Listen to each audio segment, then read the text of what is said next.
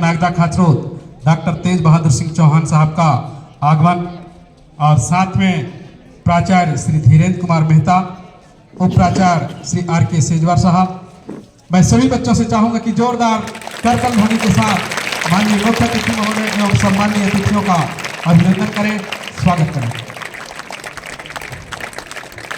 हमारे बीच आज के इस युवा संसद कार्यक्रम के मुख्य अतिथि माननीय विधायक नागदा खाचरोद डॉक्टर तेज बहादुर सिंह चौहान, आज के विशिष्ट अतिथि के रूप में श्री गोवर्धन लाल जी परमार, मंडल अध्यक्ष नागदा ग्रामीण,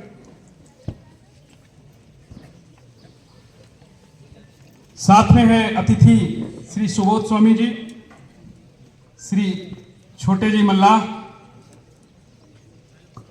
और मंचासीन कार्यक्रम की अध्यक्षता कर रहे हैं हमारे विद्यालय के प्राचार्य डॉक्टर श्री धीरेन्द्र कुमार मेहता सर, उप प्राचार्य श्री आर के सेजवार साहब। मैं आज आप सभी का इस भव्य और सुंदर विद्यालय प्रांगण में हार्दिक अभिनंदन करता हूं। माननीय मुख्य अतिथि महोदय का प्रथम आगमन ये हमारे लिए गौरवान्वित करने की बात है और हम चाहेंगे जिस तरह से माननीय का प्रथम आगमन हुआ है इसी तरह आशीर्वाद सदैव मिलता रहेगा। मैं पूरे सम्मान, श्रद्धा और सम्मान के साथ माननीय मुख्य अतिथि महोदय को मंच पर आमंत्रित करना चाहूंगा कि वो आए और मां सरस्वती के सम्मुख दीप प्रज्वलित कर कार्यक्रम का शुभारंभ करें।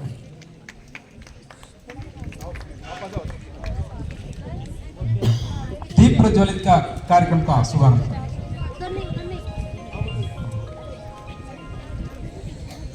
जो धूप में बैठे थे, जो धूप में बैठे ना वही है। हाँ तो वो पीछे आ जाए।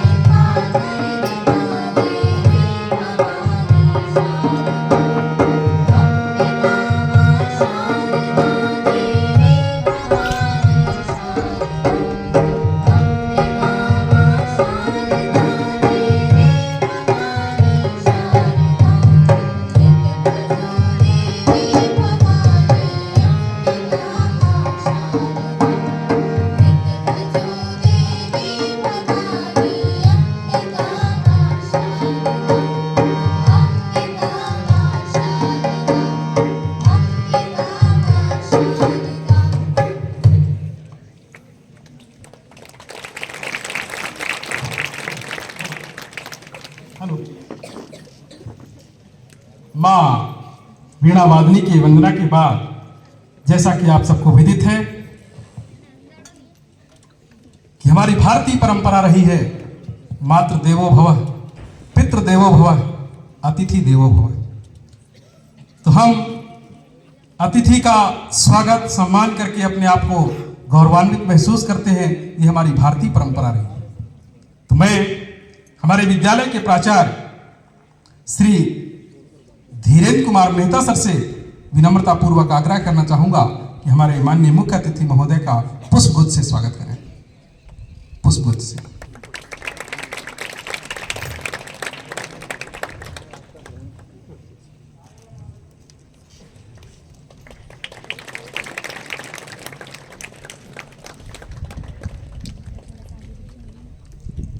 हमारे इस मंच पर अतिथि श्री सुबोध स्वामी जी का पुष्पहार से स्वागत करेंगे श्री आर के सेजवार साहब और प्राचार्य महोदय।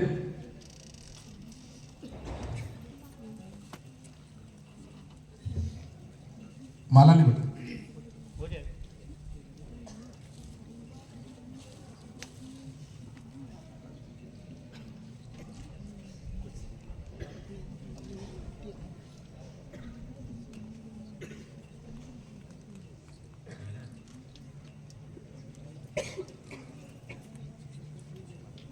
माला काय ना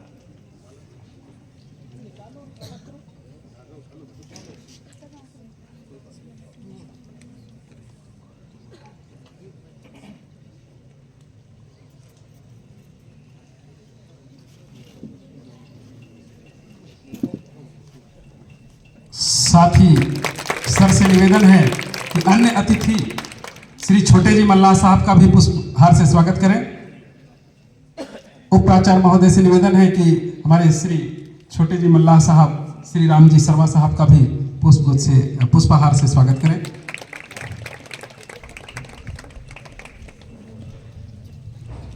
विद्यालय की छात्राएं आमंत्रित हैं स्वागत गीत के साथ।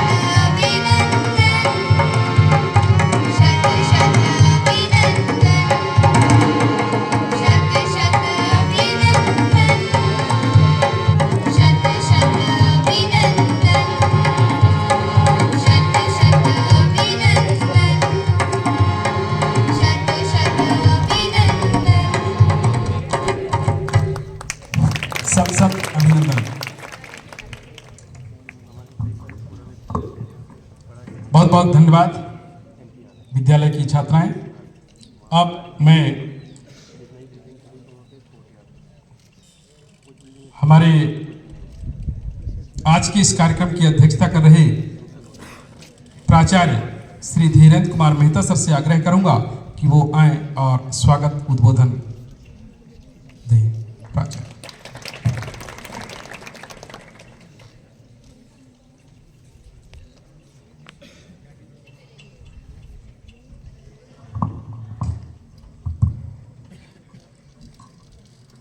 परम आदरणीय मुख्य अतिथि महोदय डॉक्टर तेज बहादुर सिंह चौहान, माननीय विधायक नागदा खाचरोद विधानसभा क्षेत्र, साथ में पधारे हुए श्री गोवर्धन लाल जी परमार मंडल अध्यक्ष नागदा ग्रामीण, श्री सुबोध स्वामी जी, श्री छोटे जी मल्ला, श्री राम जी शर्मा, श्री सत्येंद्र सिंह चौहान, आप सबका विद्यालय परिवार हार्दिक अभिनंदन करता है, स्वागत करता है। हमारे लिए ये अत्यंत गौरव का दिन है कि परम आदरणीय माननीय विधायक जी हमारे विद्यालय में इनका प्रथम आगमन है। तो एक बार फिर से जोरदार तालियों के साथ आपका स्वागत, अभिनंदन। और ये उम्मीद करते हैं कि ये दिन बार बार आए और हमें इनका आशीर्वाद, मार्गदर्शन, पथ प्रदर्शन मिलता रहे, जिसके तहत हम अपने इस विद्यालय को, इनके अपने विद्यालय को इस जिले के पेस सेटिंग विद्यालय जवाहर नवोदय विद्यालय, जो कि अब पीएम श्री स्कूल जवाहर नवोदय विद्यालय बुरानाबाद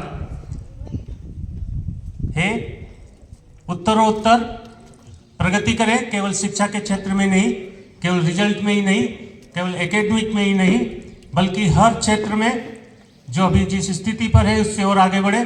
वो चाहे खेल का हो, चाहे कल्चरल प्रोग्राम का हो, चाहे सांस्कृतिक धरोहर का हो, चाहे हमारा एकेडमिक हो। और अभी वर्तमान में जवाहर नवोदय विद्यालय बुरानाबाद अपने साथ 526 छात्र छात्राओं के लिए कार्य कर रहा है और इन 526 छात्र छात्राओं में सभी जो इस जिले के विद्यालय के लिए आवंटित है 3 तहसीलें, बड़नगढ़, खाचरोद और महिदपुर, इन तीनों तहसीलों से बच्चे यहाँ पर हैं और जो बच्चे निकल चुके हैं वे भी इस विद्यालय को गौरवान्वित करते हैं। उदाहरण के तौर पर जब कोई बच्चा हमारा बीमार हो जाता है, हम यहाँ से उसे खाचरोद हॉस्पिटल में ले जाते हैं। खाचरोद हॉस्पिटल में अगर वो ठीक रहने लायक नहीं होता है तो खाचरोद हॉस्पिटल उसे रेफर कर देता है रतलाम। हम रतलाम के एम्स में जाते हैं और जैसे ही वहाँ पर पहुँचते हैं, कम से कम हमेशा 10 बच्चे जो कि इस विद्यालय के छात्र रहे हैं, डॉक्टर के बतौर हमारे को स्वागत के लिए तैयार रहते हैं। ये एक उदाहरण है, केवल मेडिकल के क्षेत्र में ही नहीं, अभी तो इंजीनियरिंग और भी कई अच्छे पदों पर जाने के लिए बच्चे यहाँ से तत्पर हैं। चूँकि ये विद्यालय नया है, अभी जो बच्चे यहाँ से पास आउट हुए हैं वो उनको 5 या 6 साल पूर्ण हुए हैं, जो अपनी परीक्षाएं और शैक्षणिक कार्यक्रम में ही अभी विद्यमान है, लेकिन उनकी दिशाएं निर्धारित हो चुकी हैं। कोई इंजीनियर है, कोई डॉक्टर है, कोई अध्यापक है, कोई सोशल वर्कर्स है, कई तरीके के अलग अलग दिशाओं में कॉन्फिडेंस के साथ, जो इस संस्था की मूलभूत जो विशेषता है वो है कॉन्फिडेंस। बच्चों के अंदर इतना कॉन्फिडेंस डेवलप हो जाता है कि वो कहीं भी बाहर जाकर अपने आप को पीछे नहीं महसूस करता, छोटा महसूस नहीं करता और कॉन्फिडेंस से अपने बात को रखता है, समझता है और आगे बढ़ता है। नवोदय विद्यालय पूरे भारतवर्ष में 660 नवोदय विद्यालय हैं जो चलायमान हैं अभी। कुछ जिले ऐसे हैं जहां पर 2 विद्यालय हैं, ये उन जिले के निवासियों के लिए सौभाग्य की बात है। अन्यथा हर जिले में एक विद्यालय है और हर विद्यालय अपने चहुमुखी विकास की ओर अग्रसर है। और मैं आपको हमारे बीच स्थित हमारे अध्यापक की ओर से आपको आश्वस्त करता हूं कि ये विद्यालय जिस स्थिति पर है और भी आगे जाएगा।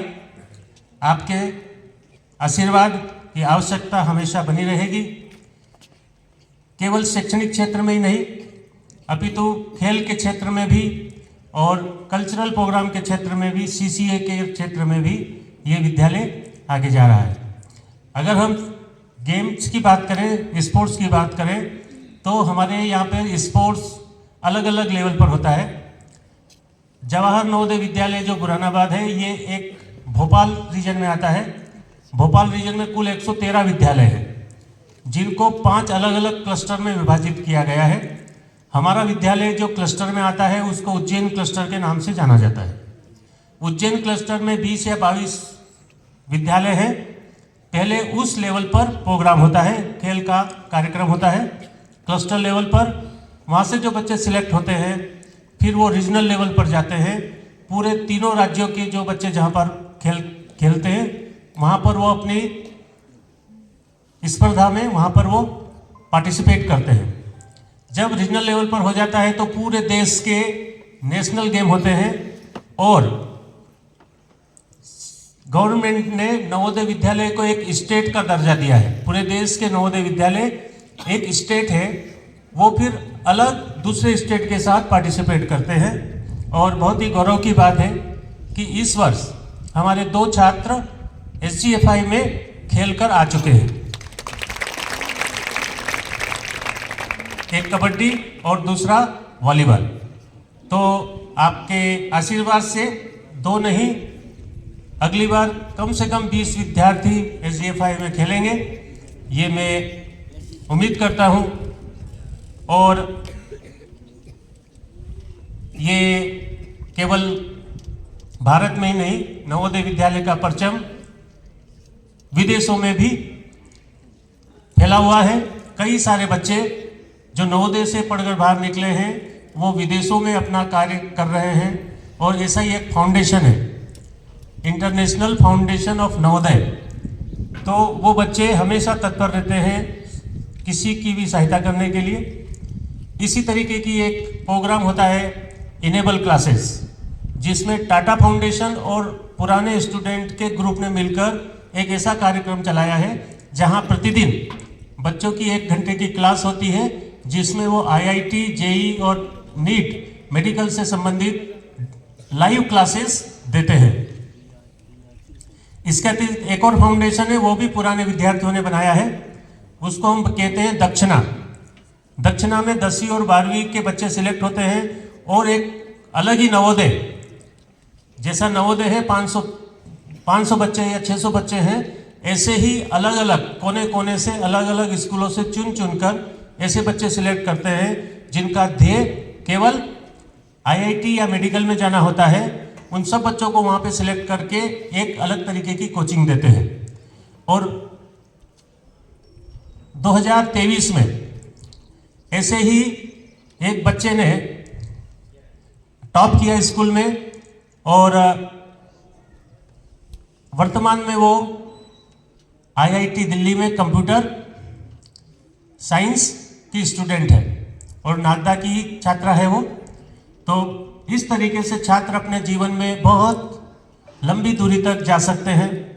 दक्षिणा के अलावा एक और है गुरुकुल की तरह ही, वहाँ पे भी बच्चे सिलेक्ट होते हैं, 1 या 2 बच्चे कभी सिलेक्ट होते हैं। तो इस तरीके से ये एक ऐसा प्लेटफॉर्म है, केवल देश में ही नहीं, यहाँ से विदेशों के लिए भी बच्चे सिलेक्ट होकर जा सकते हैं, जाते हैं।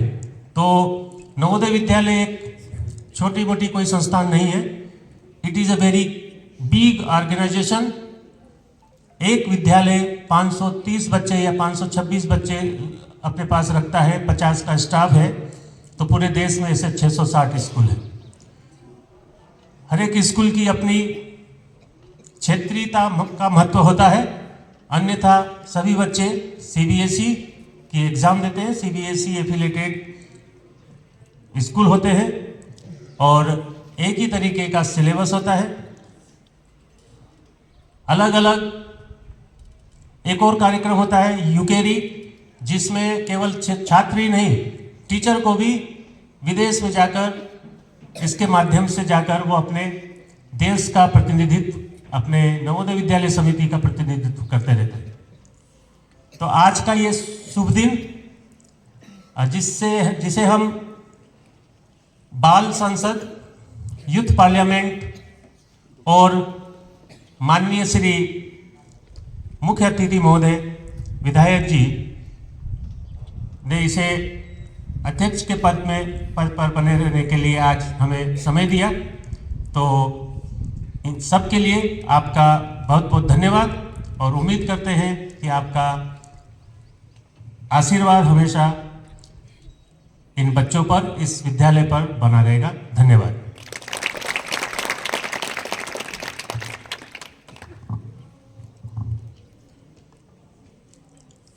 अब मैं बाल संसद के समन्वयक कोऑर्डिनेटर श्री हिंदकेश दोहरे जी को आमंत्रित करूंगा कि वो आए और इसका संक्षिप्त परिचय देते हुए कार्यक्रम का शुभारंभ कराएं। बाल संसद की गतिविधियों का शुभारंभ।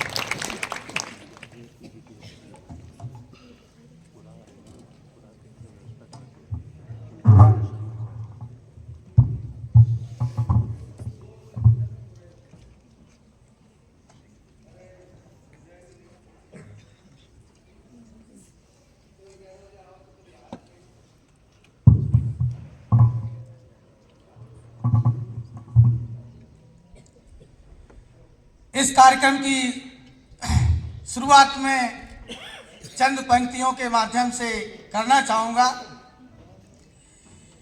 कि नया जोश,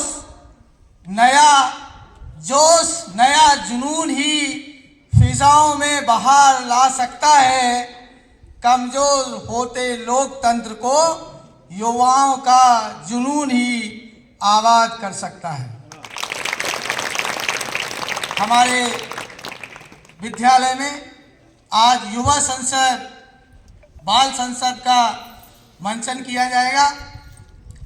मैं विधायक महोदय जी और सभी गणमान्य मंचासीन अतिथियों को ये अवगत कराना चाहता हूं कि इस तरह के जो कार्यक्रम आयोजित किए जाते हैं, खासकर युवा संसद जैसे, इनका प्रमुख उद्देश्य होता है छात्र छात्राओं में लोकतंत्र की भावना मजबूत करना,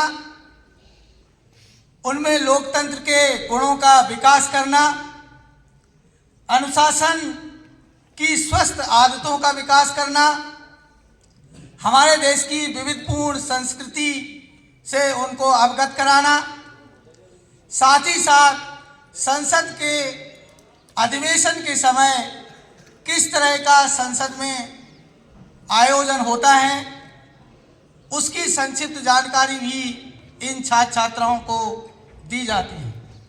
इस कार्यक्रम में, इस मंचन में जो महत्वपूर्ण बिंदु रखे गए हैं वो महोदय को मैं पूरी श्रद्धा के साथ बताना चाहता हूं कि इसमें अध्यक्ष, प्रशासनिक रूप में सचिव, एक तरफ सत्ता पक्ष, एक तरफ विपक्ष, बाहर से आए हुए प्रतिनिधि, ये सभी इस मंचन का भाग हैं।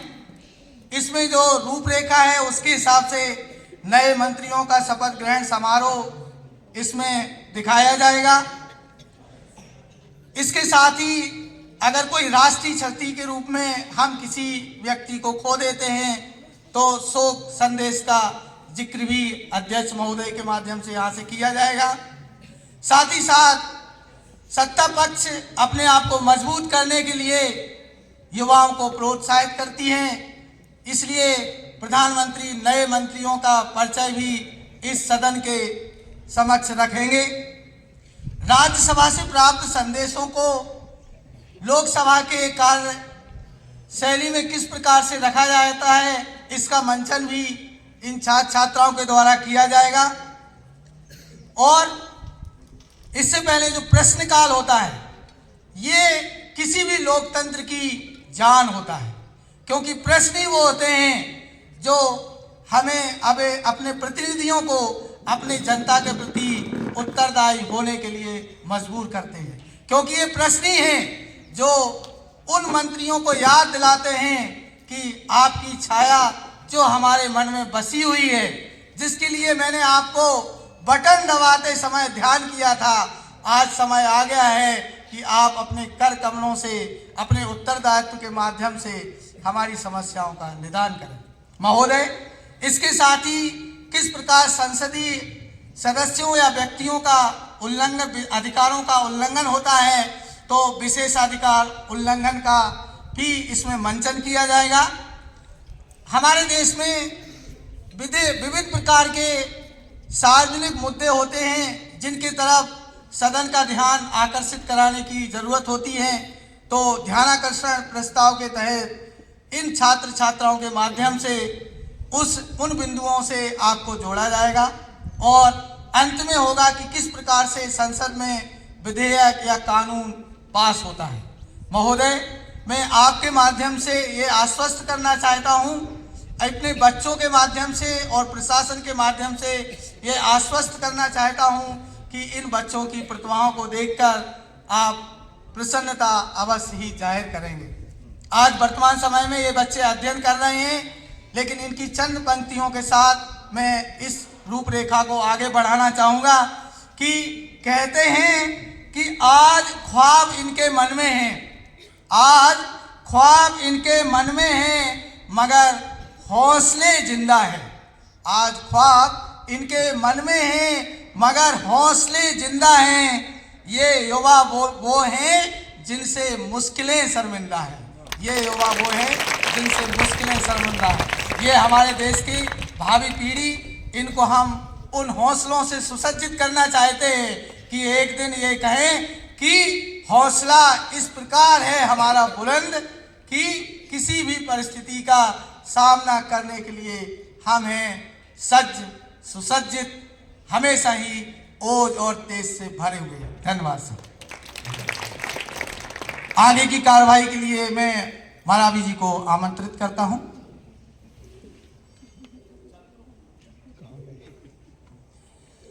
अब मैं इस कार्यक्रम के अध्यक्ष विधायक महोदय और सभी अतिथि जो गणमान्य अतिथि हैं, उन सबसे इस कार्यक्रम के संचालन, इस कार्यक्रम को आगे बढ़ाने के लिए और शुरुआत करने के लिए अनुमति चाहता हूं महोदय। जी हाँ, संसद महोदय और सभी गणमान्य और प्राचार्य महोदय का आशीर्वाद मिल चुका है।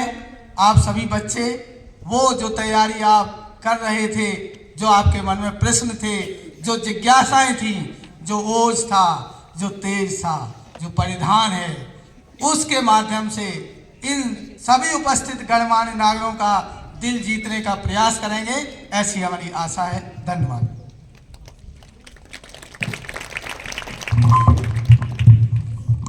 अब जैसा कि दोहरे जी ने बताया, अब संसद की कार्यवाही आरंभ करेंगे हम, तो जो भी प्रोसीडिंग्स है आरंभ करें।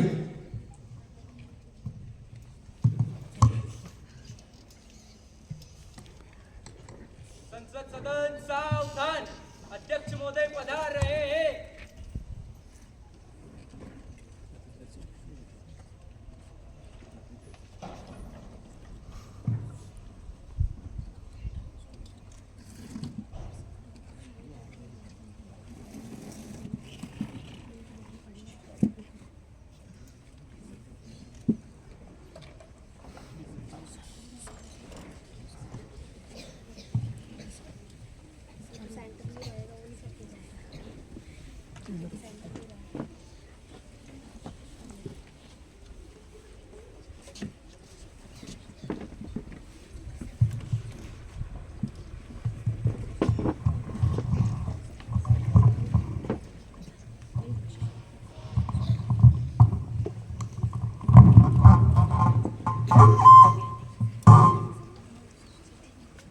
माननीय सांसदों, युवा संसद के इस बजट क्षेत्र में आप सभी का हार्दिक स्वागत है।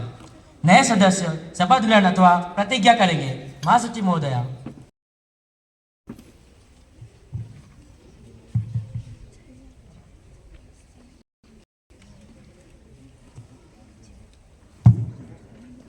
सुश्री मनीषा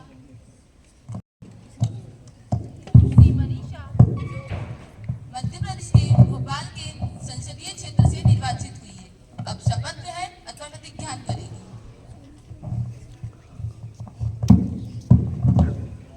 सुश्री मनीषा।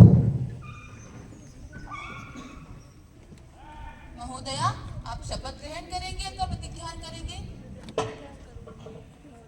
आप किस भाषा में शपथ ग्रहण करेंगे?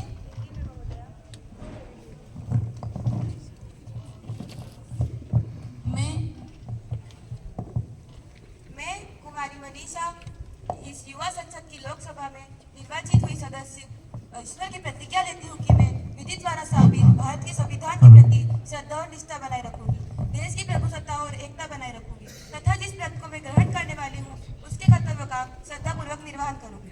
जय हिंद।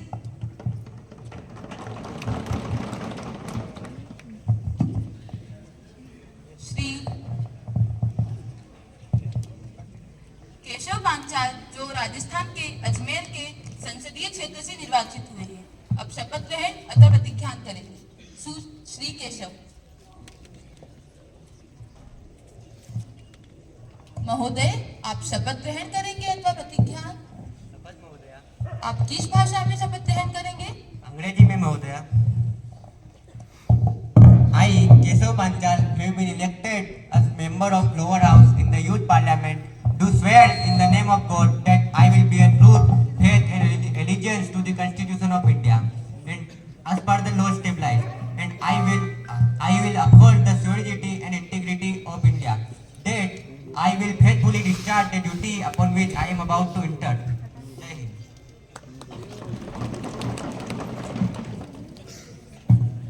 महोदया, आप शपथ ग्रहण करेंगे अथवा प्रतिज्ञा? मैं शपथ ग्रहण करूंगी महोदया। आप किस भाषा में शपथ ग्रहण करेंगे? गुजराती में महोदया। હું ઉન્નતિ ઈમાનદારીથી શપથ લઉં છું કે હું યુવા સંસદના મંત્રી તરીકે મારા કર્તવ્યનું પાલન કરીશ, દેશના બંધારણ અને કાયદાનો સન્માન કરીશ અને યુવા સંસદમાં નિષ્પક્ષ અને પ્રામાણિક રીતે આપણી જવાબદારીઓને નિભાવીશ। મારી કામગીરીમાં હું લોકોના હિતોને પહેલા સ્થાન પર રાખીશ અને મારી શક્તિઓનો પ્રયોગ ન્યાયસંગત અને લોકતંત્ર માટે કરીશ। જય હિન્દ।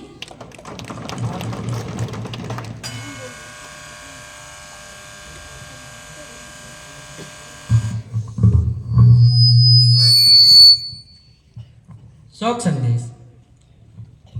आज हम सभी एक महान नेता, समाज सेवी और युवा संसद के सक्रिय सदस्य डॉक्टर मनमोहन सिंह जी के निधन पर शोक व्यक्त करते हैं। उनका योगदान हमारे देश और समाज के लिए अतुलनीय था। उनकी कार्यशैली, उनकी निष्ठा और उनके संपन्न ने हमारे युवाओं के प्रति प्रेरित किया और देश के विकास में एक महत्वपूर्ण भूमिका निभाई। मैं उनके परिवार के प्रति अपनी संवेदनाएं व्यक्त करता हूं और इस कठिन में समय में उनके साथ खड़ा हूं। उनकी आत्मा को शांति मिले।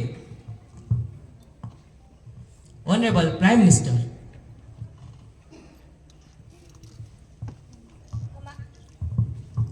हमारे युवा संसद के एक अति सम्मानित सदस्य और प्रेरणा स्रोत श्री डॉक्टर मनमोहन सिंह जी का निधन हमारी भारतीय राजनीति के लिए अपूरणीय क्षति है। वो हमारे देश के 13वें प्रधानमंत्री थे जिनका कार्यकाल 2004 से 2014 तक, जहां उन्होंने हमारे देश की सेवा की और खासकर हमारे युवाओं को उनके अधिकारों और कर्तव्यों के प्रति जागरूक किया। उनका समर्पण और नेतृत्व हमारे देश के लिए हमेशा एक प्रेरणा का स्रोत रहेगा। मैं उनके परिवार के समक्ष गहरी संवेदना व्यक्त करती हूँ और उनके योगदान को हमेशा याद रखूंगी। Opposition minister. आज देश के एक महान नेता और समाज के प्रति समर्पित व्यक्तित्व को खो दिया। श्री डॉक्टर मनमोहन सिंह जी विचार, उनकी नेतृत्व क्षमता, उनके कार्यों ने हमें बहुत कुछ सिखाया। चाहे वह राजनीति हो, समाज सेवा हो, उनका दृष्टिकोण हमेशा देश हित में रहा है। आर्थिक सुधारों संबंधित उनके कार्य हमेशा स्मरणीय है। विपक्ष की तरफ से हम उनके परिवार के प्रति अपनी गहरी संवेदनाएं व्यक्त करते हैं। उनकी आत्मा को शांति कामना करते हैं। सदस्यगण अपना गहरा शोक प्रकट करने के लिए कुछ क्षणों के लिए मौन के लिए खड़े होंगे।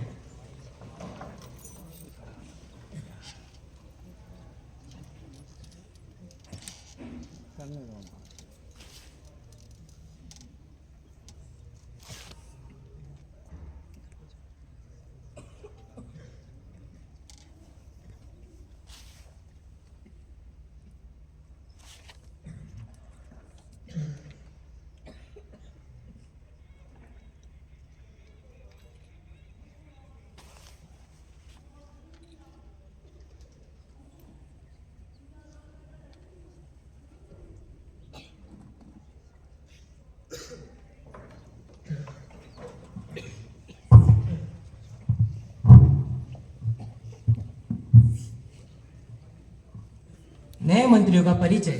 प्रधानमंत्री महोदया नए मंत्रियों का परिचय कराएंगे। अध्यक्ष महोदय, हमने पूर्ण बहुमत की सरकार बनाई है। युवाओं का आशीर्वाद हमें भगवान के आशीर्वाद के समान मिला है, तो इस युवा शक्ति के कौशल का अधिक से अधिक इस्तेमाल करने के लिए हमने नए युवाओं को अपने मंत्रिमंडल में शामिल किया है। अध्यक्ष महोदय, मैं आपके माध्यम से नए मंत्रियों का सभा से परिचय कराना चाहती हूँ। सुश्री दीपांशी, वित्त मंत्री श्री ऋषभ, रेलवे मंत्री सुश्री माही, स्वदेशी मंत्री। धन्यवाद। अब प्रश्नकाल शुरू होता है, जिसमें संबंधित सदस्य प्रश्न पूछेंगे। प्रश्न क्रमांक 101 माननीय सदस्य श्रीमान मंथन।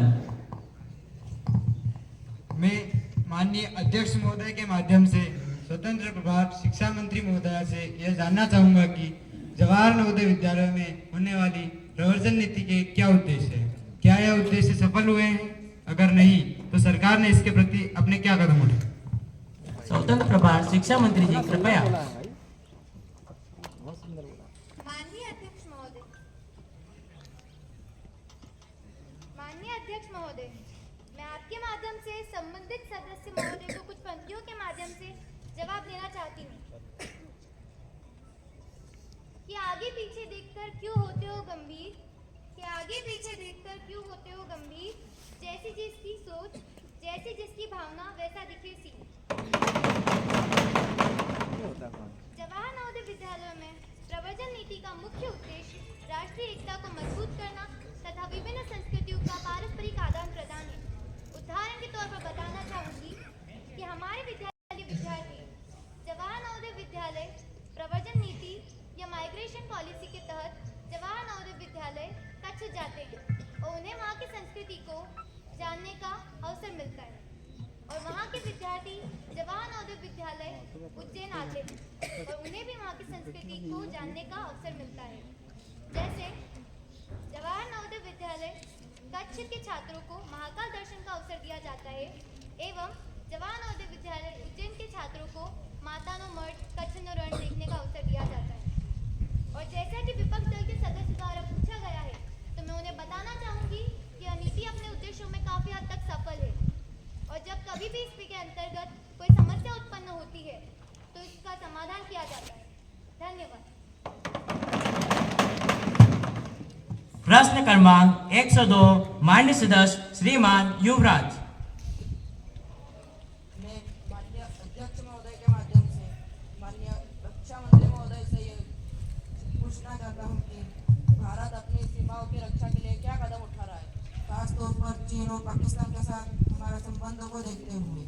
और मान्यवर से यह भी जानना चाहूँगा कि भारतीय सैनिकों के लिए सरकार ने क्या नई कल्याणकारी योजनाएं बनाई है और सेना को आत्मनिर्भर बनाने के लिए सरकार ने क्या पहल की है।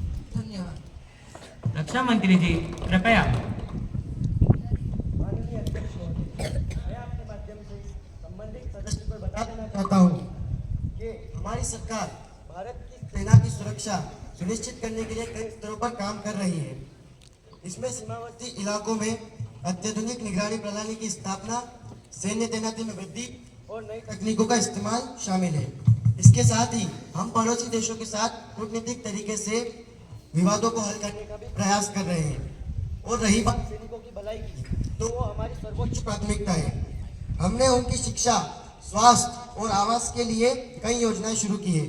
वन रैंक वन पेंशन योजना के तहत उनके पेंशन संबंधी मुद्दों को हल किया गया है। इसके अलावा सैनिकों के बच्चों के लिए छात्रवृत्ति योजनाएं और परिवारों के लिए विशेष बीमा योजनाएं लागू की गई हैं। आत्मनिर्भर भारत अभियान के तहत हमने मेक इन इंडिया को प्राथमिकता दी गई है, जिसके तहत हमने स्वदेशी निर्भरता को कम किया है और स्वदेशी कंपनियों के द्वारा निर्मित टैंकों और विमानों का उपयोग बढ़ाया है। धन्यवाद। महोदय, मैं मान्यवर से एक और सवाल पूछना चाहता हूँ। पूछिए मगर थोड़ा जल्दी। मंत्री महोदय, आपका जवाब सुनने लायक तो था, पर आपकी सरकार ने रक्षा के संबंधों में वादे का बहुमत प्राप्त किए, लेकिन हाल ही में हुए पुलवामा हमले के बारे में आप क्या कहना चाहेंगे? धन्यवाद। माननीय अध्यक्ष महोदय, मैं ये बता देना चाहता हूँ कि जो लोग समाधान नहीं देते वे केवल सवाल ही करते हैं। विपक्ष यदि इस मुद्दे पर राजनीति करने की जगह इसमें सहयोग दे तो ज्यादा बेहतर होगा, ना कि अपनी राजनीतिक रोटियां सेके। और रही बात आतंकी घुसपैठ की, तो उस पर हमारी सेना ने आतंकियों को मुंहतोड़ जवाब दिया है। हमारी सरकार इन हमलों पर औरों की तरह चुप नहीं रही और आतंकियों को उनके घर में घुसकर उनको जवाब दिया है। धन्यवाद। प्रश्न क्रमांक 103 मान्य सदस्य श्रीमान शिवराज।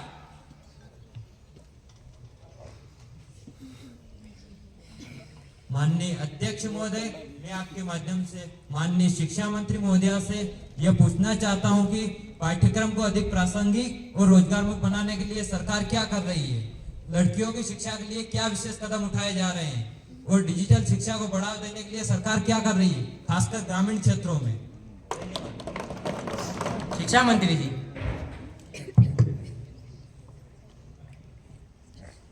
माननीय अध्यक्ष महोदय, मैं आपके माध्यम से श्री शिवराज जी को बताना चाहूंगी कि नई राष्ट्रीय शिक्षा नीति के तहत पाठ्यक्रम को अधिक व्यावसायिक और प्रासंगिक बनाया जा रहा है। कौशल आधारित शिक्षा और वैकल्पिक विषयों का प्रावधान इसमें है। इससे छात्रों को अपनी रुचि के अनुसार विषय चुनने की आज़ादी है और रोजगार के बेहतर अवसर भी प्राप्त होंगे। जैसा कि आपने पूछा डिजिटल शिक्षा के बारे में, तो मैं आपको बताती हूँ कि डिजिटल शिक्षा के लिए दीक्षा पोर्टल और ई विद्या जैसी योजनाएं लागू की गई है। इन योजनाओं के तहत छात्रों को ऑनलाइन पाठ्यक्रम, वीडियो लेक्चर और डिजिटल पुस्तकें उपलब्ध कराई जा रही है। ग्रामीण क्षेत्रों में इंटरनेट कनेक्टिविटी सुधारने के लिए भी प्रयास किए जा रहे हैं। लड़कियों की शिक्षा वो तो हमारी सर्वोच्च प्राथमिकता है। बेटी बचाओ बेटी पढ़ाओ अभियान के माध्यम से हमने इस दिशा में सकारात्मक बदलाव किया है। सरकार छात्रवृत्ति योजनाओं और मुफ्त साइकिल जैसी योजनाओं से लड़कियों को स्कूल आने के लिए प्रेरित कर रही है। साथ ही स्कूलों में अलग शौचालय जैसी बुनियादी सुविधाओं पर भी जोर दिया गया है। किसी भी मुल्क का भविष्य तय करती है बेटियां, किसी भी मुल्क का भविष्य तय करती है बेटियां। जीवन के हर लक्ष्य को पूरा करती है बेटियां, जीवन के हर लक्ष्य को पूरा करती है बेटियां। प्रश्न क्रमांक 104 मान्य सदस्य सुश्री संध्या। मैं माननीय अध्यक्ष महोदय के माध्यम से खेल मंत्री से यह जानना चाहती हूँ कि सरकार ने खेल शिक्षा को आगे बढ़ाने के लिए कौन सी विशेष पहल की है, खासकर ग्रामीण क्षेत्रों में, और महिला खिलाड़ियों को आगे बढ़ाने के लिए सरकार क्या क्या योजना बना रही है।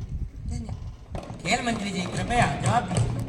माननीय अध्यक्ष महोदय, मैं आपके माध्यम से संबंधित सदस्य महोदया को बताना चाहूँगा कि हमने स्कूलों और कॉलेजों में खेल शिक्षा को अनिवार्य बना दिया है। जैसे रथ पर सवार होकर खेलों का उजाला हर कोने तक पहुँच रहा है। हम युवाओं को खेल विज्ञान और खेल प्रबंधन में ऐसे कोर्स प्रदान कर रहे हैं जो उनके करियर को नई ऊंचाइयों तक पहुँचाए। ग्रामीण क्षेत्रों में खेलो इंडिया और फिट इंडिया मूवमेंट जैसी योजनाओं से खेलों को नए पंख मिल रहे हैं। हर गांव, हर शहर में अब खिलाड़ी बनने का सपना और उसे साकार करने के रास्ते साफ है। विशेष ट्रेनिंग सेंटर्स के माध्यम से युवा खिलाड़ी अंतर्राष्ट्रीय स्तर पर चमकने के लिए तैयार है। और रही बात महिलाओं की, तो सरकार ने महिलाओं के लिए महिला खेल प्रोत्साहन योजना और बेटी बचाओ बेटी पढ़ाओ जैसी योजनाओं से उनकी उड़ान को और भी मजबूत किया है। अब नारी शक्ति को मिले नए अवसरों से महिला खेलों के लिए कोटा बढ़ाया गया और उन्हें उत्कृष्ट ट्रेनिंग का अवसर भी मिल रहा है। उसका फल हमें विनेश फोगाट के रूप में मिला है। आखिर में बस मैं इतना ही कहना चाहूँगा, हर कदम पर हम आगे बढ़े, हर खेल में जीत की ओर बढ़े। हर कदम पर हम आगे बढ़े, हर खेल में जीत की ओर बढ़े। महिला हो या पुरुष, हर खिलाड़ी को सम्मान का सच्चा हक मिले। धन्यवाद। माननीय अध्यक्ष महोदय, मैं आपसे नहीं, आप बैठिए, बैठ जाइए, आप बैठ जाइए। ठीक है, बोलिए फिर। योजनाओं का वादा किताबों में अच्छा लगता है, योजनाओं का वादा किताबों में अच्छा लगता है, सरकार का नाता चुनाव तक रहता है। यह लोग देश को निष्पक्ष बनाने की बात करते हैं, लेकिन भ्रष्टाचार में इनका ही सबसे बड़ा हाथ रहता है। जैसा कि मंत्री जी बता रहे विनेश फोगाट के बारे में कि आपकी व्यवस्था इतनी कमजोर है कि आपके नेतृत्व में रह के भी इतनी बड़ी लापरवाही हो गई। सिर्फ 100 ग्राम वजन ज्यादा होने के कारण उनको खेल से बाहर कर दिया गया। क्यों? बड़े ताज्जुब की बात है महोदय। जिन लोगों को ओलंपिक के बारे में कुछ अता पता ही नहीं, वो भी यहाँ ज्ञान दे रहे हैं। ये लोग हर घटना को सियासी बनाने में माहिर है। ऐसे लोगों को सोचना चाहिए कि ये मुद्दा देश का अंदरूनी मामला नहीं, ओलंपिक दुनिया का एक बड़ा इवेंट है। ओलंपिक दुनिया खिलाड़ियों के लिए ये इवेंट करो या मरो जैसा होता है। मगर जब भारत के अंदर ही सत्ताधारी सरकार को फोगाट मामले से जोड़ा जाए तो इसका दुनिया में क्या संदेश पहुंच जाएगा। धन्यवाद। मंत्री जी, आपकी बातें उचित है, लेकिन आपके शब्द अनुचित है। मैं माननीय अध्यक्ष महोदय से आग्रह करना चाहती हूँ कि वे उनकी अनुचित बातों का रिकॉर्ड में दर्ज ना करें, और अच्छा होगा कि आप ऐसे शब्दों का प्रयोग ना करें। मंत्री जी, आपसे निवेदन है कि आप पार्लियामेंट की गरिमा को बनाए रखें। प्रश्न क्रमांक 105, माननीय सदस्य सुश्री शीला। माननीय अध्यक्ष महोदय, मैं आपके माध्यम से कृषि मंत्री से ये प्रश्न पूछना चाहती हूँ कि युवाओं को कृषि के क्षेत्र में शामिल करने के लिए सरकार क्या कर रही है और किसानों की आमदनी दुगनी करने के लिए सरकार क्या कदम उठा रही है। धन्यवाद। कृषि मंत्री जी, कृपया जवाब दीजिए। माननीय अध्यक्ष महोदय, मैं आपके माध्यम से सदस्य महोदया को यह बताना चाहता हूं कि माननीय सदस्य युवाओं को कृषि में शामिल करने के लिए सरकार ने अटल और स्टार्टअप इंडिया जैसी योजनाएं शुरू की है। इसके तहत इनोवेशन मशीन कृषि आधारित स्टार्टअप को प्रोत्साहित किया गया है। इसके अलावा एग्रीटेक और जैविक खेती युवाओं को प्रशिक्षित कृषि प्रौद्योगिकी किया जा रहा है। माननीय सदस्य, किसानों की आमदनी बढ़ाने के लिए हमने विभिन्न कदम उठाए हैं। एमएसपी किसानों को सीधे बाजार से जोड़ने के लिए इनाम, राष्ट्रीय कृषि बाजार, सिंचाई सुविधाएं का विस्तार, फसल विविधीकरण और जैविक खेती को प्रोत्साहन। हमारा लक्ष्य है कि 2025 तक किसानों की आय 2 गुना की जाए। अंत में मैं कुछ पंक्तियों के साथ अपनी वाणी को विराम देना चाहता हूँ। अन्नदाताओं के हक की जो करते हैं बात, हर खेत में लाते हैं खुशियों की बरसात, बीज से फसल तक रखते हैं ध्यान, कृषि मंत्री है किसानों की जान, कृषि मंत्री है किसानों की जान। धन्यवाद। प्रश्न क्रमांक 106, माननीय सदस्य सुश्री वैशाली। माननीय अध्यक्ष महोदय, मैं आपके द्वारा पर्यटन मंत्री से कुछ प्रश्न पूछना चाहती हूँ। विद्यालय में सांस्कृतिक कार्यक्रमों का महत्व क्या है? क्या सांस्कृतिक गतिविधियों से विद्यार्थी के शैक्षिक प्रदर्शन पर कोई असर पड़ रहा है? और मेरा तीसरा प्रश्न यह है, क्षेत्रीय और अंतर्राष्ट्रीय संस्कृति के बीच संतुलन कैसे बनाया जा सकता है? धन्यवाद। पर्यटन मंत्री। माननीय अध्यक्ष महोदय, मैं आपके माध्यम से संबंधित सदस्य महोदया को ये बताना चाहूंगी कि सांस्कृतिक कार्यक्रम विद्यार्थियों के सर्वांगीण विकास में सहायक होते हैं। यह न केवल उनकी रचनात्मकता को बढ़ावा देते हैं, बल्कि उनके टीम वर्क, आत्मविश्वास को भी निखारते हैं। इससे सांस्कृतिक गतिविधियों से शैक्षणिक प्रदर्शन पर असर नहीं, सकारात्मक प्रभाव पड़ रहा है। जैसा कि सदस्यों ने पूछा, मैं उन्हें बताना चाहती हूँ कि विद्यालय में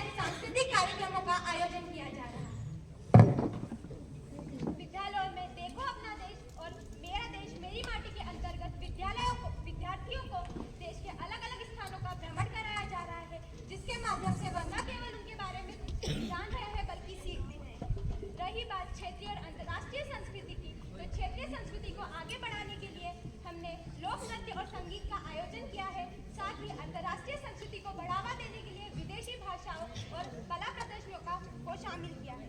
अंत में मैं बस यही कहना चाहूंगी कि बुलंद हो हौसला तो मुट्ठी में हर मुकाम है, बुलंद हो हौसला तो मुट्ठी में हर मुकाम है, मुश्किलें और मुसीबतें तो जिंदगी में आम है।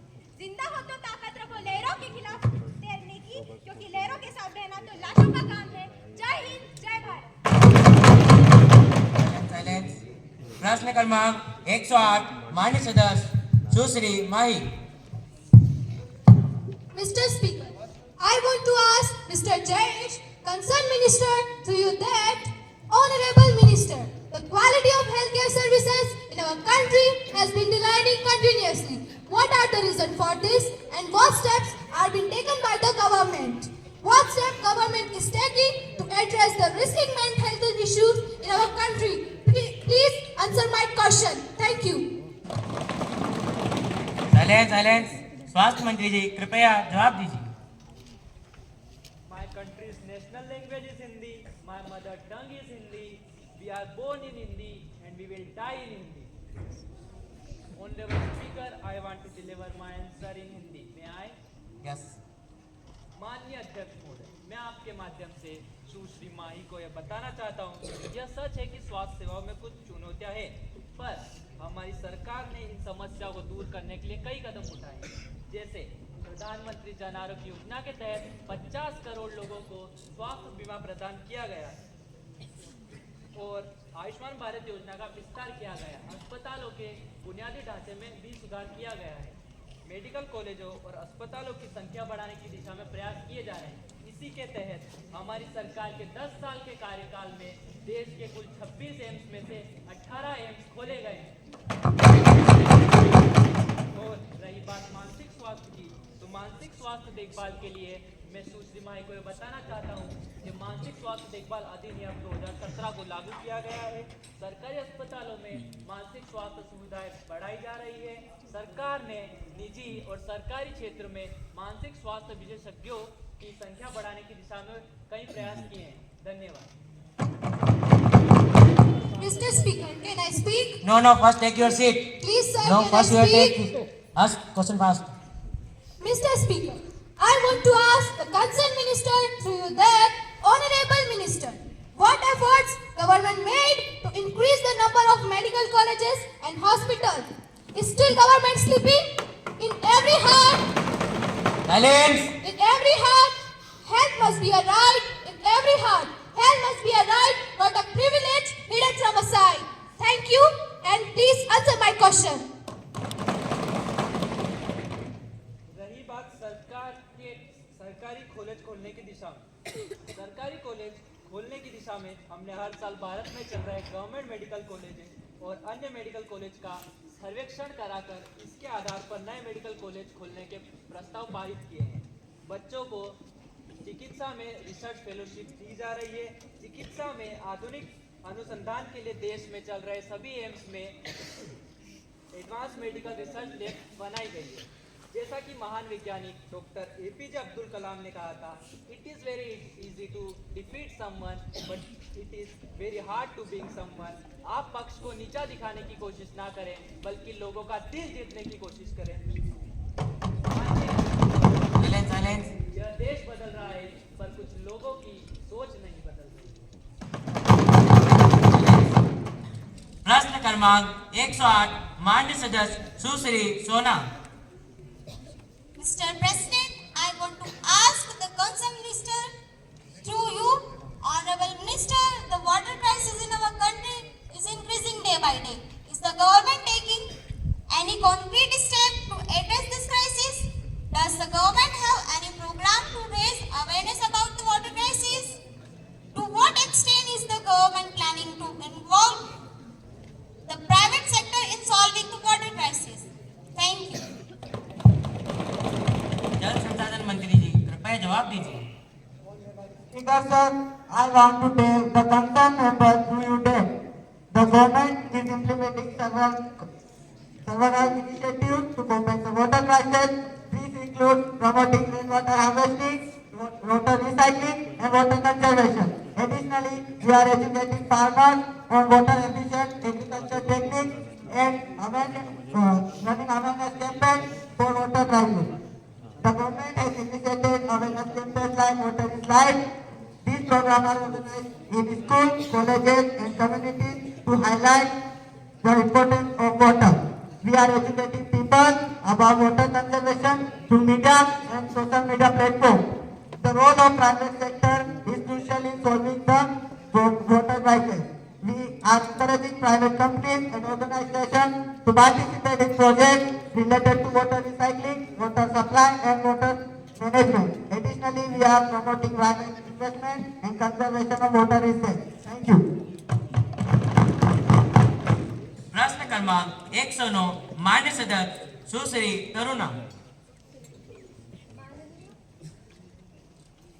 माननीय अध्यक्ष महोदय, मैं आपके माध्यम से कौशल विकास एवं रोजगार मंत्री जी से यह जानना चाहती हूँ कि कौशल विकास एवं रोजगार के क्षेत्र में सरकार द्वारा क्या प्रयास किए गए हैं, इसके बारे में हमें विस्तार से बताइए।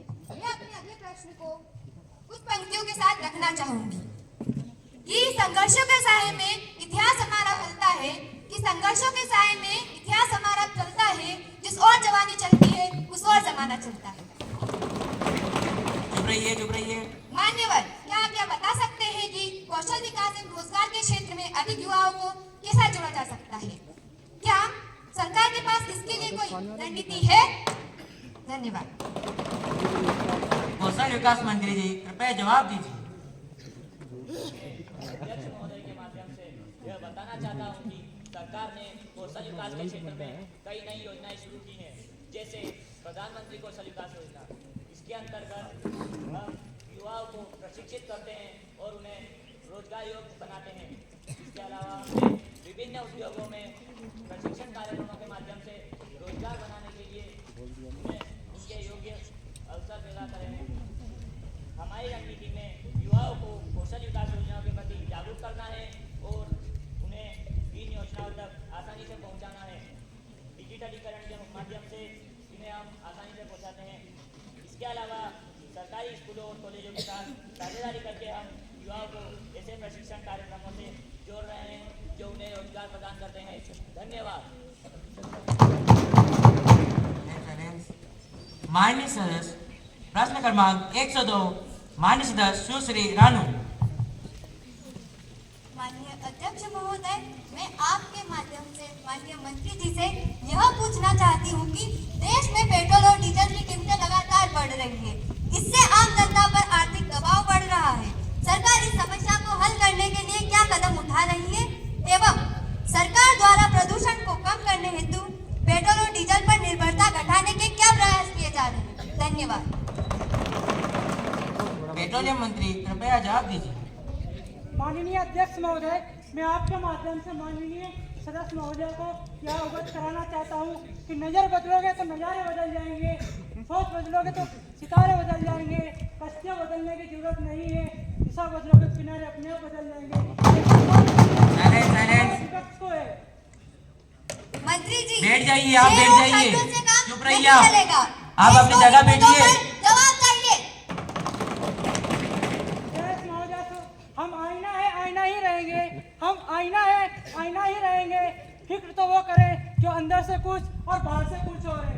मैं माननीय सदस्य को यह अवगत कराना चाहता हूँ कि सरकार ने हाल ही में हमारी मंत्री सदस्य महोदय ने जो क्वेश्चन किया हमसे कि पेट्रोल पर सरकार क्या कर रही है, मैं उनको अवगत कराना चाहता हूँ कि अंतर्राष्ट्रीय बाजार में कच्चे तेल पर कीमत निर्धारित होती है। मैं उनको यह भी अवगत कराना चाहता हूँ कि सरकार ने हाल ही में बेल्ट पर कमी कर जनता को राहत दी है। साथ ही उनको यह भी अवगत कराना चाहता हूँ कि इलेक्ट्रिक वाहनों को बढ़ावा देकर हमने ईंधन की खपत को कम करने की कोशिश करी है ताकि भविष्य में ईंधन की खपत को कम किया जा सके। हमारे सदस्य ने हमसे दूसरा क्वेश्चन यह भी किया कि प्रदूषण से लेकर सरकार क्या कर रही है। मैं सदस्य को अवगत कराना चाहता हूँ कि सरकार प्रदूषण को नियंत्रण करने के लिए ग्रीन एनर्जी का उपयोग कर रही है। इसके लिए इथेनॉल कार्यक्रम चलाया जा रहा है जिसमें पेट्रोल में 20% से लेकर 30% इथेनॉल मिलाकर हम प्रदूषण को कम करने की कोशिश कर रहे हैं ताकि सकारात्मक प्रभाव पड़े। जय। Now question hour ends and paper will be let down. अब हम राज्यसभा के द्वारा भेजे गए संदेश पढ़ेंगे। महासचिव युवा राज्य संसदा इस राज्यसभा से प्राप्त संदेश को पढ़ेंगे। हाँ श्रीमान। महासचिव राज्यसभा द्वारा पारित किए गए एक विधेयक की प्रति सभा पटल पर रखेंगे। श्रीमान, मुझे युवा संसद के राज्यसभा के महासचिव से प्राप्त निम्नलिखित संदेश की सूचना देनी है। युवा संसद के राज्यसभा के प्रक्रिया तथा कार्य संचालन विभाग के अनुसार मुझे रेलवे यात्री सुविधाएं सुधार विधेयक 2025 की प्रति सभा पटल पर रखने का निर्देश मिला है, जो 5 जनवरी 2025 को पारित किया गया था। Now the zero hour begins. सुश्री तरुणा वर्मा। माननीय अध्यक्ष महोदय, मैं आपके माध्यम से सदन के सभी सदस्यों को समक्ष देश में चल रही समस्याओं को अवगत कराते हुए यह बताना चाहती हूँ कि उत्तर प्रदेश राजनीति में धार्मिक और जातिवाद आधारित वोट बैंक की राजनीति का प्रभाव बढ़ता जा रहा है और यह समाज में असमानता और भेदभाव की भावना को बढ़ावा देता है। इस पर काबू पाने के लिए सरकार क्या कदम उठा रही है? यह प्रश्न उत्तर भारत की राजनीति के संदर्भ में है, जहाँ जातिवाद और धार्मिक पहचान को एक अहम चुनावी हथियार के रूप में देखा जाता है। सुश्री शिवानी। माननीय अध्यक्ष महोदय, मैं आपके माध्यम से सदन के सभी सदस्यों के समक्ष देश में चल रही समस्याओं से अवगत कराते हुए यह बताना चाहती हूँ कि हमारे देश में सीबीआई को निष्पक्षता, ईमानदारी व स्वायत्ता पर प्रश्न चिन्ह है। सम्मानित उच्चतम न्यायालय ने भी सीबीआई को पिंजरे में बंद एक तोते की संज्ञा दी है। एक सप्ताह पहले ही सीबीआई ने कुछ राजनेताओं के खिलाफ आय से अधिक संपत्ति के मामलों की जांच को बंद करने का निर्णय लिया है, जिससे एक बार फिर सीबीआई की ईमानदारी पर प्रश्न चिन्ह लग गया है, क्योंकि यह निर्णय राजनीतिक से प्रभावित है, जो गंभीर विषय है। अतः मेरा सरकार से निवेदन है कि इसकी तत्काल जांच करवाई जाए व राजनेताओं के खिलाफ वर्तमान में चल रही जांच को बंद करने के बजाय तुरंत नए सिरे से जांच करवाई जाए तथा सीबीआई की स्वायत्ता के लिए सदन में यथाशीघ्र विधेयक लाए जाए। धन्यवाद।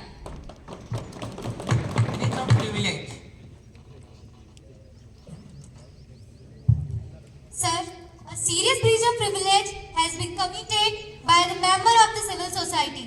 A few news channels and newspaper Mumbai, while commenting on the draft of Land Acquisition Bill 2013 approved by Parliamentary Standing Committee, all the attributed dishonest motives and expressed their doubt about the integrity of the whole political class and all the honorable member of the Parliament. I therefore request to allow me to raise a question on that matter now. Miss Hansa, have you given notice of it earlier? You may give out to notice along with a copy of newspaper cutting and statement made by the civil society member. If recorded, I shall consider it. You cannot spring a surprise on me like this. I have already given notice at 10:15 a.m. today. It will be examined when it comes to me. I shall consider it and let you know my decision. Now time to welcome foreign delegates. Welcome to the Sri Lanka Parliamentary Delegation. Honorable member, I have to an announcement. On the behalf of the honorable member of the House, I have great pleasure in extending our warm welcome to His Excellency Kapil Jayasuriya, Speaker of the Sri Lanka Parliament, and the honorable member of Sri Lanka Parliament Delegation, who are on a visit to India, are honored guests. The other honorable member of the delegation are Akrati Mendis, Member of Parliament, Narayan Patirana, Member of Parliament, Varsha Parera, Member of Parliament, and Ritesh Sangasara, Member of Parliament. It is a very high-power delegation who reached Delhi on Friday, 31st January 2025. They are now seated in special box. We wish them a happy and faithful stay in our country. We also convey our warm feeling and very best wishes through them to their President, Prime Minister, Parliament, the government, and very friendly people of Sri Lanka. Calling attention motion. Now let us take up the calling attention. Master Puspen, Opposition Minister, Home Minister, Yasraj, and Honorable Prime Minister. Master Pushpen. माननीय अध्यक्ष महोदय, मैं आपके माध्यम से सदन के सभी सदस्यों का ध्यान में अपनी ओर आकर्षित करना चाहता हूँ। कॉलिंग अटेंशन मोशन के माध्यम से मैं गरीबी की ओर चल रहे देश में उसके ऊपर ध्यान आकर्षित करना चाहता हूँ। हमारे देश में गरीबी एक ऐसी गंभीर समस्या है जो लाखों परिवार के जीवन को प्रभावित कर रही है। आज संसद में उठाए गए कॉलिंग मोशन अटेंशन माध्यम से यह मुद्दा फिर से हमारे सामने आया है। हमारी जिम्मेदारी है कि हम उन गरीबों के स्तर को सुधारें, बुनियादी सुविधाओं को सुधारें, संघर्ष कर रहे उन उम्मीदों को सुधारें, सरकार पर सटीक और तत्कालिक कदम उठाएं। साथ ही उम्मीद करते हैं कि हमारे विपक्ष के नेता भी इस मुद्दे को उठाएंगे। धन्यवाद। Minister please reply. धन्यवाद महोदय, मैं आपके माध्यम से सत्ता पक्ष को बताना चाहता हूं कि कुछ पक्षों के साथ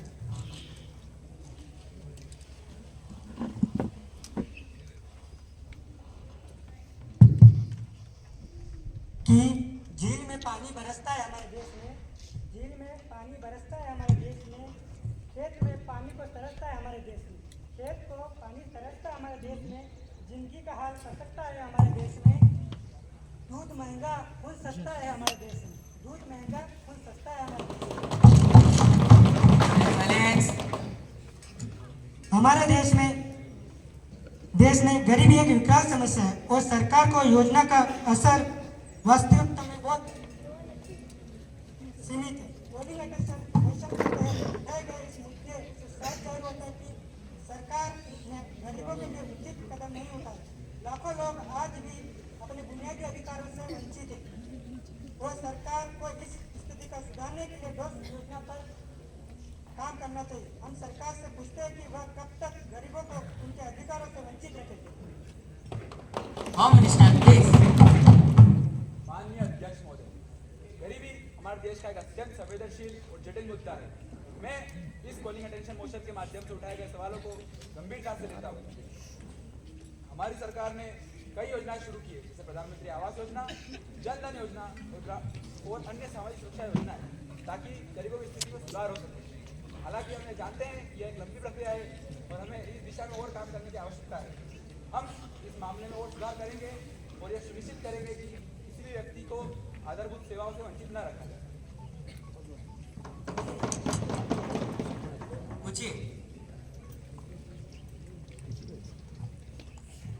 माननीय अध्यक्ष महोदय, मैं आपके माध्यम से गृह मंत्री लोहिताक्ष से सवाल पूछना चाहता हूँ। ये पूछिए पर जल्दी। मैं अपनी कुछ पंक्तियाँ रखता हूँ कि जो सच है झूठ में दूरी है, कि जो सच और झूठ में दूरी है वह दूरी समझते हैं हम। सियासी हाकिम की हम भी मजबूरी समझते हैं। वह अपना हक समझते हैं निवाले छीन लेने का, वह अपना हक समझते हैं निवाले छीन लेने का। डकैती को बहुत सारे लोग मजबूरी समझते हैं।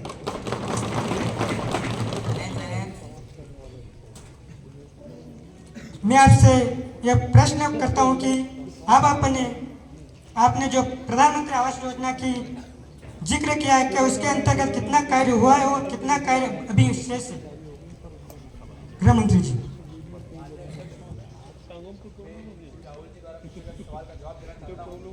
प्रधानमंत्री आवास योजना के तहत 2024 तक 3 करोड़ 22 लाख घरों का निर्माण होना था, जिनमें से 2 करोड़ 68 लाख घरों का निर्माण हो चुका है और शेष 54 लाख घरों के निर्माण के लिए हमें मंजूरी मिल गई है। और आपकी जानकारी के लिए हम ये भी बता दें कि हमारी सरकार ने प्रधानमंत्री आवास योजना 2.0 भी लॉन्च कर दी है। इसके तहत 2 करोड़ 95 लाख घर और बनाए जाएंगे। और रही बात गरीबों की, तो हम जान दे देंगे। मास्टर यशराज। माननीय अध्यक्ष महोदय, मैं आपके माध्यम से सभी संसदीय सदस्यों को ध्यान आकर्षित करते हुए ये कहना चाहता हूँ कि प्राकृतिक आपदाएं हमारे देश के लिए एक गंभीर चुनौती है और जब यह घटनाएं होती है तो हमारी प्राथमिकता उन प्रभावित लोगों की मदद करना होती है। कॉलिंग अटेंशन मोशन के माध्यम से उठाए गए इस मुद्दे पर मुझे विश्वास है कि सरकार ने तत्काल राहत कार्य शुरू किया है। मैं उम्मीद करता हूँ कि सभी संसदीय सदस्य इस गंभीर समय में अपने कर्तव्यों का पालन करेंगे और हम सभी मिलकर प्रभावित क्षेत्रों में पुनर्निर्माण कार्यों का सरकार का साथ देंगे। माननीय अध्यक्ष महोदय, मैं अपनी कुछ पंचों के लड़ना आसान है, ना साथ रहना आसान है। ना चुनौतियों से लड़ना आसान है, ना साथ रहना आसान है, लेकिन जब साथ मिलकर लड़ेंगे हम तो बड़ी से बड़ी चुनौतियां भी नाकाम है। सभी सदस्यों और मंत्रियों को बताना चाहूँगा कि ऐसे मुद्दे हम साथ मिलकर सुलझाव करें। धन्यवाद। Opposition Minister, please reply.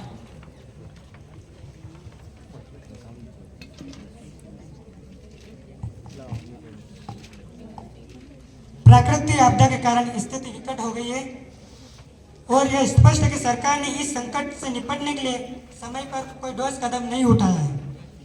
Calling attention motion के माध्यम से उठाए गए इस गंभीर मुद्दे पर सरकार की प्रतिक्रिया केवल अधूरी है, बल्कि इसमें भी देर हुई है। लाखों लोग प्रभावित हैं और सरकार को तुरंत प्रभावित क्षेत्रों में राहत और पुनर्निर्माण के लिए प्रभावी योजनाओं लागू करनी चाहिए। मैं अपनी वाणी को विराम देते हुए कुछ पंक्तियां हैं। टूटा हुआ लक्ष्य का बरहम देख रहे हैं, टूटे हुए लक्ष्य का बरहम देख रहे हैं और इनकी सरकार के कार्य देख रहे हैं। ताकत नशा अक्ल पर हावी है, ताकत नशा अक्ल पर हावी है आपकी। तुम ना देख पाओगे जो हम देख रहे हैं, तुम ना देख पाओगे जो हम देख रहे हैं। Honorable Prime Minister. माननीय अध्यक्ष महोदय, मैं आपके माध्यम से नेता प्रतिपक्ष राहुल जी को यह बता देना चाहती हूँ कि आज संसद में उठाए गए कॉलिंग अटेंशन मोशन के तहत प्राकृतिक आपदा पर हमारी सरकार की प्रतिक्रिया स्पष्ट है। हमने प्रभावित क्षेत्रों में राहत कार्यों को प्राथमिकता दी है और वहां त्वरित सहायता पहुंचाने के लिए सभी जरूरी संसाधन मुहैया कराए हैं। हमारे सरकारी कर्मी और राहत कार्यकर्ता दिन रात काम कर रहे हैं ताकि हम प्रभावित लोगों तक सेवाएं पहुंचा सकें। हम सुनिश्चित करेंगे कि पुनर्निर्माण कार्यों में कोई कमी न हो और प्रभावित परिवार को सहायता प्रदान की जाए।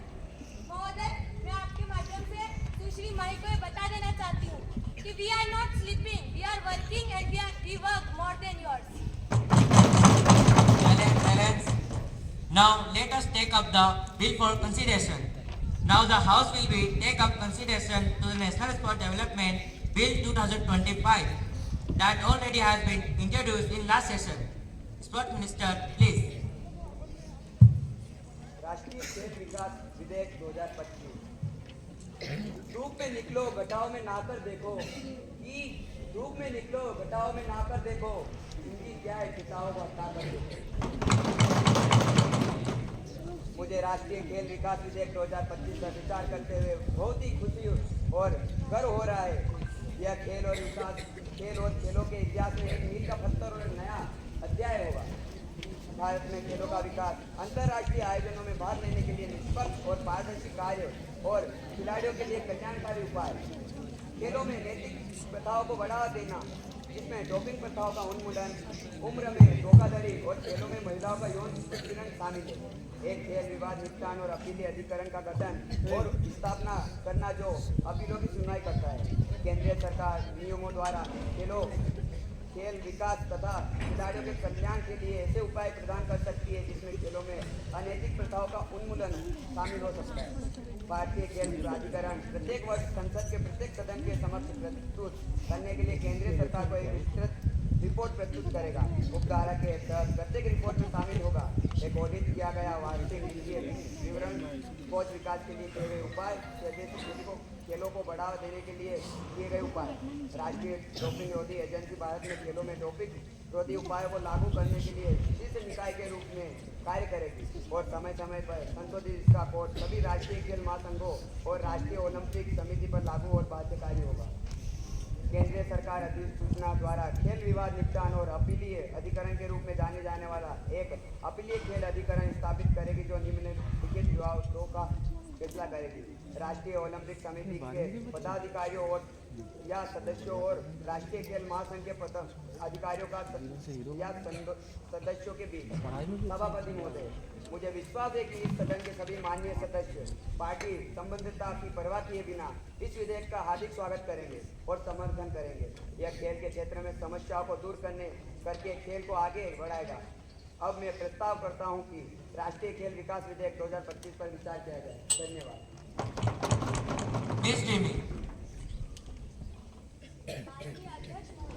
मैं इस बिल का समर्थन करती हूँ।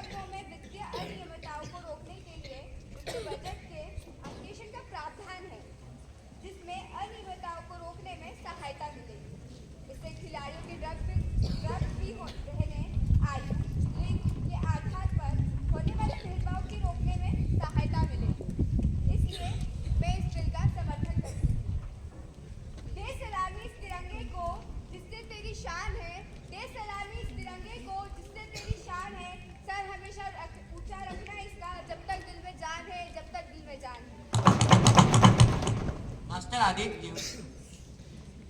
Honorable Speaker, sir, I strongly favor this bill for the development of sports activity in our country due to the following reasons. Since it has the provision to promote the sportsmen to win medals in international games and in Olympic games. It helps to control the use of unfair practices and drugs which is used by some sportsmen. The bill will help to eradicate the political influence over the game. This bill play important role in selection of players and athletes on the basis of their performance. So, I favor this bill. Thank you. Opposition Minister, Master Rahul.